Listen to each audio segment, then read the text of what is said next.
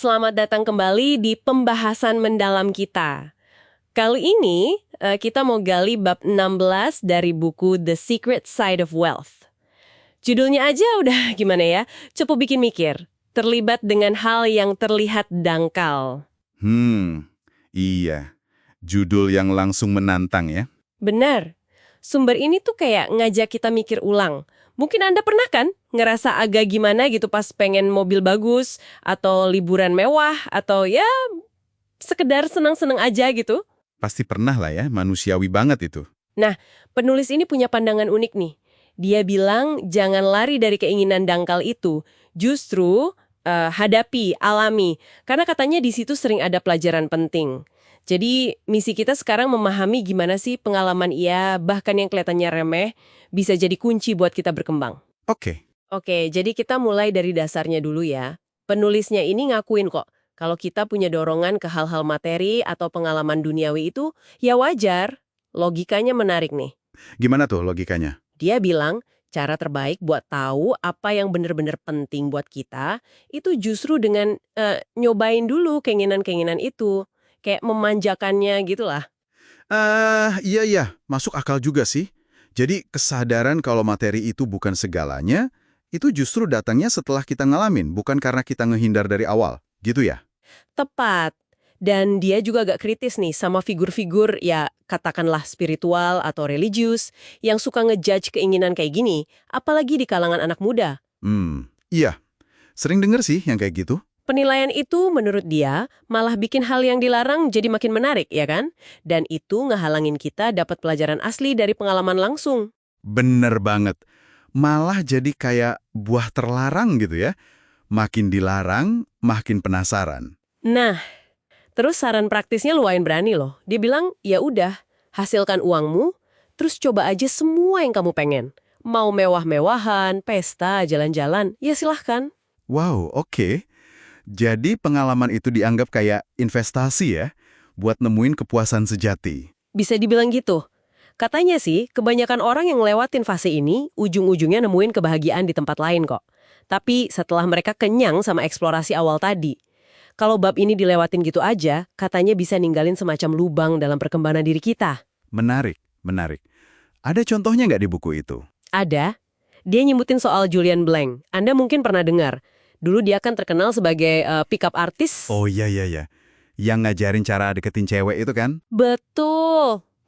Nah, di usia 20-an, dia tuh fokus banget memahami psikologi perempuan, punya banyak hubungan, jadi jutawan, dapat validasi dari luar. Udah kayak puncak dunia lah buat dia saat itu. Terus? Tapi ada skandal besar yang bikin dia jatuh. Dan justru di titik itu, dia jadi introspeksi. Dia sadar, wah, gue udah ngalamin semua yang gue kira gue pengen. Titik baliknya di situ ya? Iya, dan itu ngebawa dia ke jalan yang beda banget. Sekarang dia malah bantu orang lain sembuh dari trauma. Nah, penulis buku ini berpendapat transformasi Julian ini mungkin nggak akan terjadi kalau dia nggak ngelewatin fase dangkalnya itu dulu. Jadi kayak kita baru bisa nyambungin titik-titik pengalaman kalau udah lihat ke belakang gitu ya. Kayak kata Steve Jobs itu polanya baru kelihatan nanti. Persis, itu juga disinggung di sini. Tapi penting juga nih dicatat, tujuannya bukan cuma nyuruh kita jadi hedonis tanpa arah ya. Bukan sekedar foya-foya gitu ya. Bukan, penekanannya lebih ke berani nggak kita jalanin jalur unik kita sendiri. Dipandu sama insting, sama perasaan kita saat itu. Jangan cuma ikut-ikutan orang lain. Nah, ini penting nih. Hormati jalan orang lain, tapi tetap setia sama jalan kita sendiri. Itu tantangan banget sih di zaman sekarang. Setuju.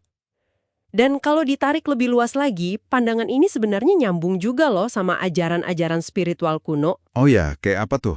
Misalnya Bhagavad Gita. Di situ kan ditekankan pentingnya jalanin tugas atau dharma kita, termasuk pengalaman yang muncul, tapi tanpa terlalu terikat sama hasilnya. Iya bener. Jalanin aja prosesnya gitu ya. Kurang lebih gitu. Atau ada kutipan Rumi juga, kembangkan mitos Anda sendiri. Intinya mirip, tiap langkah, tiap pengalaman, bahkan yang kelihatan salah atau dangkal, itu bagian dari cerita unik kita. Nggak ada jalan pintas buat ngehindarin pengalaman kalau emang itu bagian dari pertumbuhan kita. Jadi, nggak perlu malu atau takut sama fase-fase tertentu dalam hidup kita ya. Kayaknya gitu pesannya. Jangan terlalu takut sama keinginan Anda. Sumber ini kayak ngajak kita buat, ya terlibat aja sepenuhnya sama hidup. Cinta, patah hati, sukses gagal, seneng, sedih, semuanya. Katanya nih, penyesalan paling umum orang di usia tua itu bukan karena gagal, tapi karena kurang berani bertualang. Kurang berani ngejar hal-hal yang dulu ditakuti atau dianggap memalukan. Mirip kayak kata Roy T. Bennett, hidup itu tentang menikmati perjalanannya. Bener banget. Jadi kesimpulannya nih ya, terlibat sama yang kelihatan dangkal itu nggak otomatis bikin kita jadi dangkal kok. Justru sebaliknya ya. Iya, justru fase itu bisa jadi semacam laboratorium penting buat kita kenal diri lebih dalam, buat nemuin makna yang lebih asli gitu. Ini tentang ngerangkul semua spektrum pengalaman manusia, yang terang, yang gelap, sebagai bahan bakar buat kita bertumbuh. Oke.